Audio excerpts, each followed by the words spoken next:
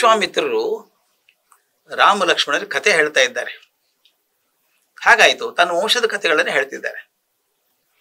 ಆ ಕುಶನಿಂದ ಬಂದಂಥ ಕುಶನಾಭನ ಮಕ್ಕಳು 3 ಜನ ಹುಡುಗಿಯರು, ಅವ್ರು ಹೇಗೆ ವಾಯುವಿನಿಂದ ಪ್ರೀತಿಸಲ್ಪಟ್ಟು ವಾಯುವನ್ನು ತಿರಸ್ಕಾರ ಮಾಡಿದ್ರಿಂದ ಕುಬ್ಜರಾದರು. ಆನಂತರ ಬ್ರಹ್ಮದತ್ತನಿಗೆ ಮದುವೆ ಮಾಡಿಕೊಟ್ಟಾಗ ಅವರ ಕೈಯನ್ನು ಹಿಡಿದಾಗ ಅವರೆಲ್ಲ ಮತ್ತೆ ತಮ್ಮ ರೂಪವನ್ನು ಹೊಂದಿದ್ರು. ಆಗ ಬ್ರಹ್ಮದತ್ತ ತನ್ನ 100 ಜನ ಹೆಂಡತಿಯರನ್ನು ಕರ್ಕೊಂಡು ತಮ್ಮ ಊರಿಗೆ ಹೋದ ಅನ್ನೋದನ್ನು ಹೇಳ್ತಾ ಇದ್ರು. ಹೀಗೆ ಹೋದ್ಮೇಲೆ ಕುಶನಾಭನು ಚಿಂತೆ ಆಯಿತು. ತನಗೆ ಮಕ್ಕಳಿಲ್ಲ, ಹೆಣ್ಮಕ್ಳಿದ್ದಾರೆ, ಗಂಡು ಮಕ್ಕಳಿಲ್ಲ. ಒಬ್ಬ ಗಂಡು ಮಗು ಬೇಕು ಅಂತ ಹೇಳಿ ಆಶೆಯಿಂದ ಪುತ್ರ ಕಾಮೇಷ್ಟಿ ಯಾಗವನ್ನ ಮಾಡಿದ.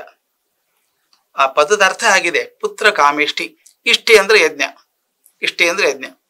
ಪುತ್ರ ಕಾಮ, ಮಗ ಬೇಕು ಅನ್ನೋ ಆಸೆಯಿಂದ ಮಾಡಿದಂಥ ಯಜ್ಞ, ಪುತ್ರ ಕಾಮೇಷ್ಟಿ ಯಜ್ಞ ಮಾಡಿದ. ಯಜ್ಞ ಮಾಡ್ತಿರ್ಬೇಕಾದ್ರೆ ಈ ಕುಶನಾಭನ ಅಪ್ಪ ಇದ್ನಲ್ಲ, ಬ್ರಹ್ಮನ ಪುತ್ರ ಆತ, ಬ್ರಹ್ಮನ ಮಾನಸ ಪುತ್ರ ಕುಶ ಬಂದ. ಅಲ್ಲಿ ಯಜ್ಞ ಮಂಟಪಕ್ಕೆ ಬಂದು, ಚೆನ್ನಾಗಿ ಮಾಡ್ತಿದ್ಯಪ್ಪ, ಯಜ್ಞ ಮಾಡು, ನಿನ್ನ ಮನಸ್ಸಿನ ಇಚ್ಛೆಯಂತೆ ನಿನಗೊಬ್ಬ ಮಗ ಹುಟ್ಟುತ್ತಾನೆ, ಅತ್ಯಂತ ಧಾರ್ಮಿಕನಾದ ಮಗ ಹುಟ್ಟುತ್ತಾನೆ, ಪರಾಕ್ರಮಿಯಾದ ಮಗ ಹುಟ್ಟುತ್ತಾನೆ, ಅವನಿಗೆ ಗಾಧಿ ಅಂತ ಹೆಸರಿಡು ಅಂತ ಹೇಳ್ದ. ಆಯ್ತು ಅಂದ, ಯಜ್ಞ ಮುಗೀತು. ಅದು ಹೇಳಿದ ಹಾಗೆ ನಮ್ಮ ಕುಶನಾಭರು ಮಗ ಹುಟ್ಟಿದ, ಅವನಿಗೆ ಗಾಧಿ ಅಂತ ಹೆಸರಿಟ್ರು. ಈ ಗಾಧಿ ಅಲ್ಲ, ಗಾಧಿ ಅಂತ ಯಾಕೆ ಹೆಸರಿಟ್ರು ಅಂದ್ರೆ ಧಿ ಅಂದ್ರೆ ಬುದ್ಧಿ, ಜ್ಞಾನ ಬೇಕು, ಅಪೇಕ್ಷೆ ಆಗ್ಬೇಕು. ಯಾರು ಜ್ಞಾನವನ್ನು ಹುಡುಕೊಂಡು ಹೋಗ್ತಾನೋ ಅವನು ಗಾಧಿ ಅಂತ. ಹಾಗೆ ಅವನು ಸದಾಕಾಲ ಜ್ಞಾನಾಪೇಕ್ಷೆ ಆದ್ದರಿಂದ ಸತತವಾಗಿ ಧೀ ಶಕ್ತಿಯನ್ನು ಬೆಳೆಸ್ಕೊಳ್ಳೋಕೆ ಪ್ರಯತ್ನ ಮಾಡುತ್ತಿರೋದ್ರಿಂದ ಅವನು ಗಾಧಿ ಅಂತ ಹೆಸರಿಟ್ರು. ಅವನು ಹೇಳಿದ ಹಾಗೆ ಮಹಾಪರಾಕ್ರಮಶಾಲಿಯಾಗಿದ್ದ, ಧರ್ಮಿಷ್ಠ ಆಗಿದ್ದ. ಅದನ್ನ ವಿಶ್ವಾಮಿತ್ರ ಹೇಳ್ತಾರೆ, ಕಾಕುತ್ಸ್ಯ ರಾಮ, ಆ ಗಾಧಿನೇ ನನ್ನ ತಂದೆಯಪ್ಪ, ನನ್ನ ತಂದೆ ಗಾಧಿ. ನಾನು ಕುಶವಂಶದಲ್ಲಿ ಹುಟ್ಟಿದ್ದ, ನನಗೂ ಕೌಶಿಕ ಅಂತ ಹೆಸರಿಟ್ರು. ನನಗೊಬ್ಬರು ಹಿರಿಯ ಸಹೋದರಿ ಇದ್ಲು, ಒಬ್ಳು ಸತ್ಯವತಿ ಅಂತ ಹೆಸರು ಹಾಕಿದ್ದು. ಆಕೆ ಮಹಾ ಸುಂದರಿ, ಆಕೆನ ಋಷಿಗೆ ಕೊಟ್ಟು ಮದುವೆ ಮಾಡಿದ್ರು ಅಂತ ಹೇಳ್ತಾರೆ. ಇಲ್ಲಿ ಸ್ವಲ್ಪ ಕಥೆ ಹೇಳಬೇಕು. ರಾಮಾಯಣದಲ್ಲಿ ಇಷ್ಟೇ ಬರುತ್ತೆ.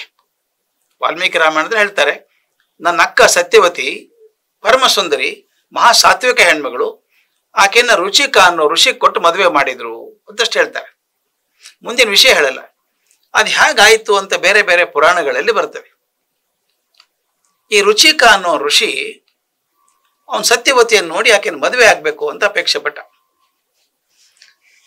ಗಾದಿ ಚಕ್ರವರ್ತಿ, ಅವನು ಒಬ್ಬಳೇ ಮಗಳು ಸತ್ಯವತಿ, ಮಹಾಪರಮ ಸುಂದರಿ ಆಕೆನ ಮದುವೆ ಆಗ್ಬೇಕು ಅಂತ ಹೋದಾಗ, ಇವನ್ ಏನ್ ಮದುವೆ ಆಗ್ತಾನೆ, ಮುನಿ ಹೇಗೆ ರಕ್ಷಣೆ ಮಾಡ್ತಾರೆ ಅಂತ ಹೇಳಿ ನಾವ್ ಯಾವಾಗ್ಲೂ ಏನ್ ಮಾಡ್ತೀವಿ, ಆಗಬಾರ್ದು ಅಂದ್ರೆ ಆಗ್ಲಾರ್ದಂತ ಹೇಳ್ಬಿಡೋದು. ಇದು ಮಾಡ್ಕೊಂಡ್ ಬಾ ಅಂದ್ರೆ ಕೊಡ್ತೀನಿ ಅಂತ. ಅದು ಆಗೋದಿಲ್ಲ, ಬಿಡೋದಿಲ್ಲ. ಹಾಗಾಗ್ಲಿ ಅಂತ ಅವನೇನ್ ಹೇಳ್ದ ರುಚಿಕನಿಗೆ, ನೋಡು, 1,000 ಕುದುರೆಗಳನ್ನು ತಗೊಂಡ್ಬರ್ಬೇಕು. ಬರೀ ಕುದುರೆ ತಂದ್ರೆ ಸಾಲದು. ಅವು ಹೇಗಿರ್ಬೇಕಂದ್ರೆ ಆ ಕುದುರೆ ಎಡೆ ಕಿವಿ ಮಾತ್ರ ಕಪ್ಪಾಗಿರ್ಬೇಕು, ಇಡೀ ದೇಹ ಬೆಳ್ಳಗಾಗಿರ್ಬೇಕು.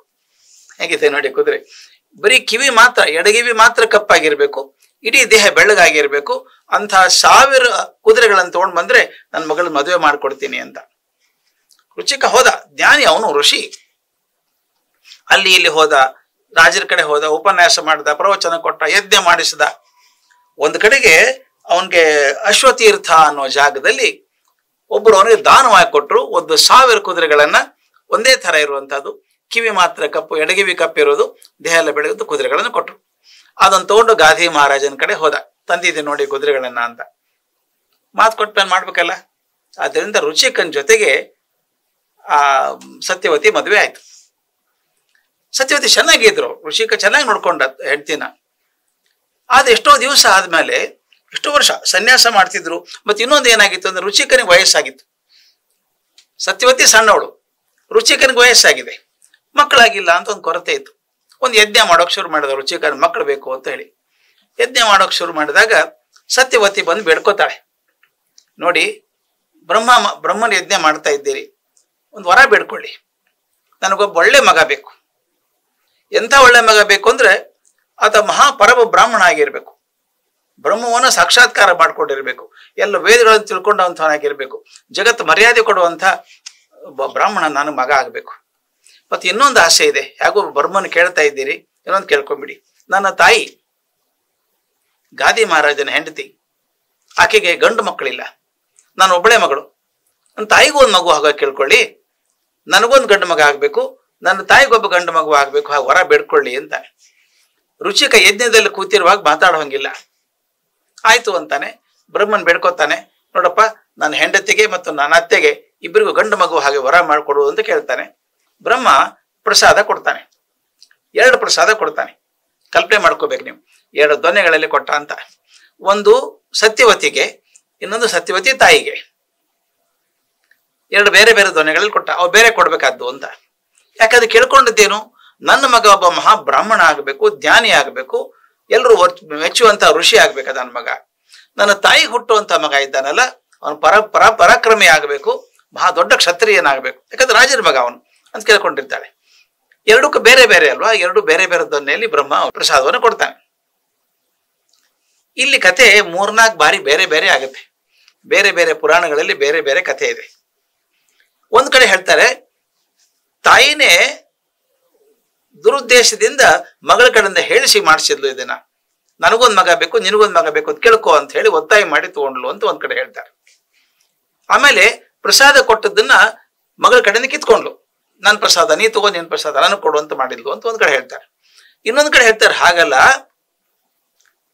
ತಾಯಿ ಕೇಳ್ಕೊಂಡಾಗ ಮಗಳೇ ಪ್ರೀತಿಯಿಂದ ಕೊಟ್ಲು ತಾಯಿಗೆ. ಅಮ್ಮ ನೀ ಇದನ್ನು ತಗೋ, ನಾ ಅದನ್ನು ತಗೋತೀನಿ, ಏನ್ ತೊಂದರೆ ಇದೆ ಅಂತ ತಗೊಂಡ್ಲು. ಅವ್ರಿಗೆ ಪ್ರಸಾದ ಬೇರೆ ಆಗೋದ್ರಿಂದ ಮಕ್ಕಳು ಬೇರೆ ತರ ಹುಡ್ತಾರೆ ಅಂತ ಗೊತ್ತಿಲ್ವೋ ಬರ್ಲೆ. ಒಟ್ಟು ಇನ್ನೊಂದು ಏನಾಯ್ತು, ಆಕಸ್ಮಿಕ ಆಯ್ತು ಅಂತ ಇನ್ನೊಂದ್ ಕಡೆ ಪುರಾಣದಲ್ಲಿ ಬರುತ್ತೆ. ಇಬ್ರು ಸ್ನಾನಕ್ಕೆ ಹೋದ್ರು, ಸ್ನಾನ ಮಾಡಿ ಬಂದು ತಗೋಬೇಕು ಅಂತ 2 ದೊನ್ನೆಗಳನ್ನು ದಂಡೆ ಮೇಲೆ ಇಟ್ಟಿದ್ದಾರೆ. ತಾಯಿ ಸ್ನಾನ ಮಾಡಿ ಬಂದು ಮಗಳಿಗಿದ್ದ ದೊನ್ನೆಯನ್ನು ತಗೊಂಡ್ಲು, ಮಗಳು ಬಂದು ತಾಯಿ ದೊನ್ನೆಯನ್ನು ತಗೊಂಡ್ಲು. ಒಟ್ಟು ತಾತ್ಪರ್ಯ ಏನು ಅಂದ್ರೆ, ಬ್ರಹ್ಮ ಕೊಟ್ಟಂತಹ ಪ್ರಸಾದಗಳು ಅದಲು ಬದಲಾದವು ಅನ್ನೋ ಸತ್ಯ. ಇಬ್ರು ಗರ್ಭಿಣಿಯರಾದ್ರು. ಗರ್ಭಿಣಿಯರಾದ ಮೇಲೆ ಸತ್ಯವತಿ ಮುಖದ ಮೇಲೆ ಅದ್ಭುತವಾದ ಕ್ಷತ್ರಿಯ ರೂಪ ಬರೋಕ್ ಶುರುವಾಯ್ತು, ಆ ತೇಜ ಬರೋಕ್ ಶುರುವಾಯ್ತು. ಆಕೆ ಕೇಳ್ಕೊಂಡಿದ್ದೇನು, ನನ್ನ ಮಗ ಪರಮ ಬ್ರಾಹ್ಮಣ ಆಗಬೇಕು, ಜ್ಞಾನಿ ಆಗಬೇಕು ಅಂತ, ಋಷಿ ಆಗಬೇಕು ಅಂತ ಕೇಳ್ಕೊಂಡವಳು. ಆದ್ರೆ ಆಕೆ ಮುಖದ ಮೇಲೆ ಪರಾಕ್ರಮದ ತೇಜ ಕ್ಷತ್ರಿಯ ಅಂಶ ಬರ್ತಾ ಇದೆ ಮುಖದ ಮೇಲೆ. ಆದ್ರೆ ತಾಯಿ ಮುಖದ ಮೇಲೆ ಶಾಂತವಾದ ಬ್ರಾಹ್ಮಣ ಕಡೆ ಬರ್ತಾ ಇದೆ. ಸನ್ಯಾಸಿ ಆಗೋ ರಕ್ಷಣ ಮಗ ಬರಬೇಕು ಅಂತ. ಏನು ಬದಲಾಯ್ತು ಅಂತ ಅನ್ನಿಸ್ತಾಕೆ, ಏನ್ ಮಾಡ್ಬೇಕಿನ್ನ. ಮತ್ತೆ ಹೋದ್ ಸತ್ಯವತಿ ಗಂಡನ್ ಕೇಳಿದ್ಲು, ಹಿಂಗ ಆದಂಗ ಅನ್ಸುತ್ತೆ, ನನಗೆ ಕ್ಷತ್ರಿಯ ಮಗ ಬೇಡ, ಜ್ಞಾನಿಯಾದ ಮಗ ಬೇಕು ನನಗೆ, ಅದರಿಂದ ಏನ್ ಮಾಡಕ್ಕಾಗತ್ತೆ. ಋಷಿಕ ಹೇಳ್ದ, ನೋಡಮ್ಮ ಹಂಗ ಮಾಡಕ್ಕಾಗಲ್ಲ, ಬ್ರಹ್ಮ ಕೊಟ್ಟ ವರ ಸುಳ್ಳಾಗೋಕ್ ಸಾಧ್ಯ ಇಲ್ಲ. ಆದ್ರೆ ಬ್ರಹ್ಮನ್ ಬೇಡ್ಕೋತೀನಿ ನಾನು, ಒಂಚೂರು ಅದಲ್ ಬದಲ್ ಮಾಡಬಹುದೇನೋ ನೋಡ್ಕೊಳ್ಳೋಣ. ಏನು ಅಂದ್ರೆ, ನಿಮ್ಮ ಅತ್ತೆ ನನ್ನ ಅತ್ತೆಗೆ ಅಂದ್ರೆ ನಿನ್ನ ತಾಯಿಗೆ ಹುಟ್ಟುವಂತ ಮಗ ಕ್ಷತ್ರಿಯನಾಗಿ ಹುಟ್ಟುತ್ತಾನೆ, ಪರಮ ಪರಾಕ್ರಮಶಾಲಿ ಆಗ್ತಾನೆ, ಆದ್ರೆ ಕೊನೆಗೊಬ್ಬ ಬ್ರಾಹ್ಮಣನಾಗ್ತಾನೆ, ಬ್ರಹ್ಮರ್ಷಿ ಆಗ್ತಾನೆ. ಅದು ಬದಲಾಯಿಸಬಹುದು ನಾನು. ಯಾಕಂದ್ರೆ ಬ್ರಾಹ್ಮಣ ಆಗ್ಲಿಕ್ಕೆ ಹುಟ್ಟಿದವನವನು ಕ್ಷತ್ರಿಯನಾಗೇ ಇರ್ತಾನೆ, ಕೊನೆಗೆ ತನ್ನ ಜೀವನದ ಕೊನೆ ಹಂತದಲ್ಲಿ ಬ್ರಹ್ಮರ್ಷಿ ಆಗ್ತಾನೆ. ಆದರೆ ಈ ಅವಸರ ಆದ್ದರಿಂದ, ಅದಲು ಬದಲು ಅವಸರ ಆದ್ದರಿಂದ ಅವನು ಕೋಪಿಷ್ಠ ಆಗ್ತಾನೆ. ನಿನಗೆ ಹುಟ್ಟುವಂತ ಮಗ ಅದನ್ನು ಬದಲಾಯಿಸಬಹುದು ನಾನು, ಒಂದು ತಲೆಮಾರು ಬದಲಾಯಿಸಬಹುದು. ಅಂದ್ರೆ ಏನರ್ಥ, ನಿನಗೆ ಹುಟ್ಟುವಂತ ಮಗ ಬ್ರಾಹ್ಮಣನೇ ಆಗ್ತಾನೆ, ಬ್ರಹ್ಮರ್ಷಿ ಆಗ್ತಾನೆ, ದೊಡ್ಡವನಾಗ್ತಾನೆ.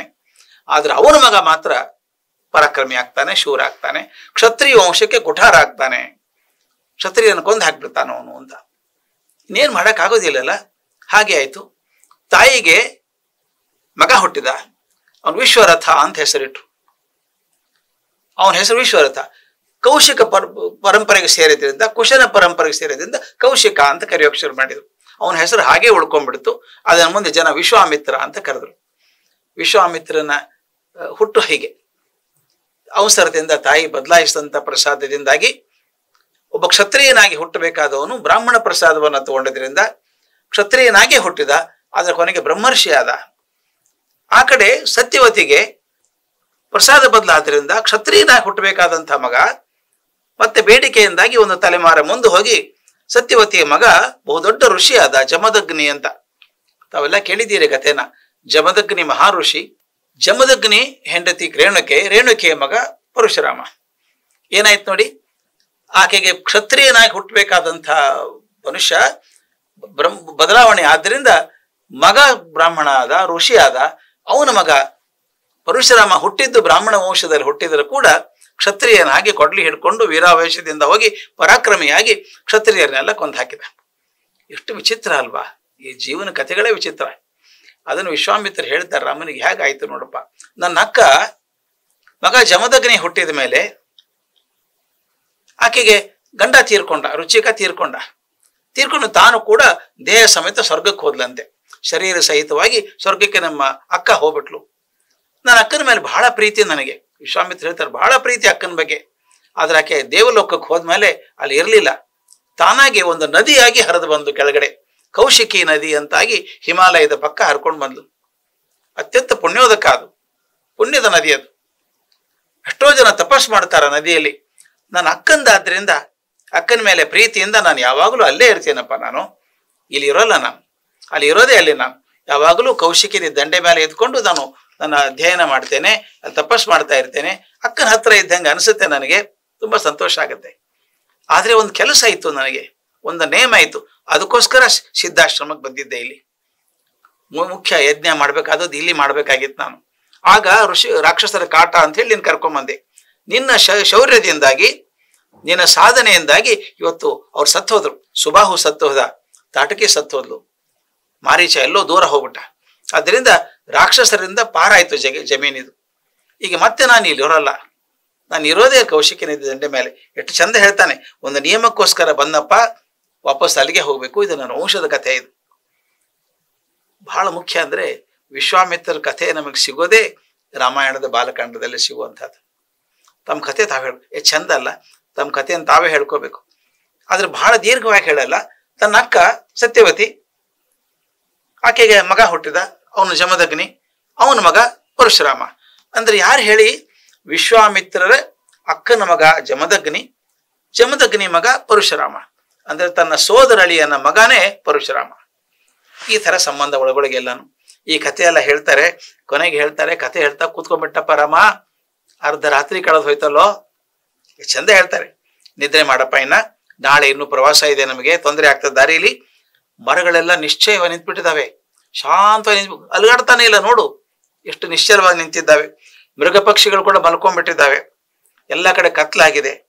ಮೇಲ್ ತಲೆ ಎತ್ತಿ ನೋಡು, ನಕ್ಷತ್ರಗಳು ಮನುಷ್ಯರ ಕಣ್ಣಂಗೆ ಕಾಣ್ತಾ ಇದ್ದಾವೆ, ಅಷ್ಟು ಪ್ರಕಾಶಮಾನ ಆಗಿದ್ದಾವೆ. ಎಲ್ಲ ಶೀತಲ ಕಿರಣಗಳು ಬರ್ತಾ ಇದ್ದಾವೆ. ಚಂದ್ರ ಕೂಡ ಈಗ ಆ ಕಡೆ ಹೋಗ್ತಾ ಇದ್ದಾನೆ. ನಿದ್ದೆ ಮಾಡಪ್ಪ, ಇನ್ನ ನಿದ್ದೆ ಮಾಡಿ. ಯಾಕೆಂದ್ರೆ ಇನ್ನು ಮೇಲೆ ಈ ಮಾಂಸಾಹಾರಿಗಳಂತ ಪ್ರಾಣಿಗಳು ಬರೋಕ್ ಶುರು ಆಗ್ತವೆ, ರಾಕ್ಷಸರು ಅಡ್ಡಾಡುವಂತ ಕಾಲ. ನೀನು ಶಾಂತವಾಗಿ ಮಲ್ಕೋ ಅಂತ ಹೇಳ್ತಾರೆ. ರಾಮ ಲಕ್ಷ್ಮಣ ಇಬ್ಬರೇ ಕೇಳ್ತಾ ಇಲ್ಲ ಕಥೆ. ಇದನ್ನ ಆಶ್ರಮದ ಎಲ್ಲ ಸನ್ಯಾಸಿಗಳು ಕೂತಿದ್ದಾರೆ, ಹುಡುಗರು ಕೂತಿದ್ದಾರೆ, ಕೇಳ್ತಾ ಇದ್ದಾರೆ. ಅವರಂದ್ರು, ಏನಪ್ಪಾ, ನಿಜವಾಗ್ಲೂ ಈ ಕೌಶಿಕ ವಂಶ ಅದ್ಭುತವಾದಂತಹದ್ದು ವಂಶ. ಆ ಕುಶನಿಂದ ಬಂದಂತಹದ್ದು. ಬ್ರಹ್ಮನ ಮಗನಾದ ಕುಶನಿಂದ ಕುಶನಾಭನಿಂದ ಗಾಧಿಯಿಂದ ವಿಶ್ವಾಮಿತ್ರರು. ಎಂತ ಪರಂಪರೆ ಇದು! ಇವರೆಲ್ಲ ದೊಡ್ಡವರು ಅಂತ ಹೇಳ್ತಾ, ಇವರೆಲ್ಲ ಬ್ರಹ್ಮನಿಗೆ ಸಮಾತ್ಮನ ಅಭಿಮಾನದಂತ ಮಹಾತ್ಮರು ಅಂತೆಲ್ಲ ಹೊಗಳ್ತಾರೆ ಅಂತ ಹೇಳ್ತಾರೆ. ನೋಡು, ನಿಮ್ಮ ಅಕ್ಕ ಕೌಶಿಕೆ ಅಲ್ಲಿ ಇಡೀ ಸಮುದಾಯವನ್ನು ಬೆಳಗಿಸ್ತಾ ಇದ್ದಾಳೆ. ಜನ ಸಮುದಾಯ ಬದಲಾಗ್ತಾ ಇದೆ ಆಕೆಯಿಂದಾಗಿ. ಪುಣ್ಯೋದಕ ಅದು. ಅದರಿಂದ ಅಂಥ ಅಕ್ಕ, ಇಂಥ ತಮ್ಮ, ಈ ವಂಶನೇ ದೊಡ್ಡದು ಅಂತೆಲ್ಲ ಹೊಗಳ್ತಾರೆ. ಅದನ್ನು ಕೇಳಿ ವಿಶ್ವಾಮಿತ್ರ ನಿದ್ದೆಗೆ ಹೋಗ್ತಾರೆ. ರಾಮ ಲಕ್ಷ್ಮಣರು ಕೂತ ತಮ್ಮ ಗುರುಗಳ ಬಗ್ಗೆ ಹೊಗಳ್ತಾ, ಎಂತ ದೊಡ್ಡ ವಂಶ ಅಲ್ಲ ಇದು ಅಂತ ಹೇಳ್ತಾ ಅವರು ನಿದ್ದೆಗೆ ಹೋಗ್ತಾರೆ ಅನ್ನುವಲ್ಲಿಗೆ ಬಾಲಕಾಂಡದ 34ನೇ ಸರ್ಗ ಮುಗಿತದೆ.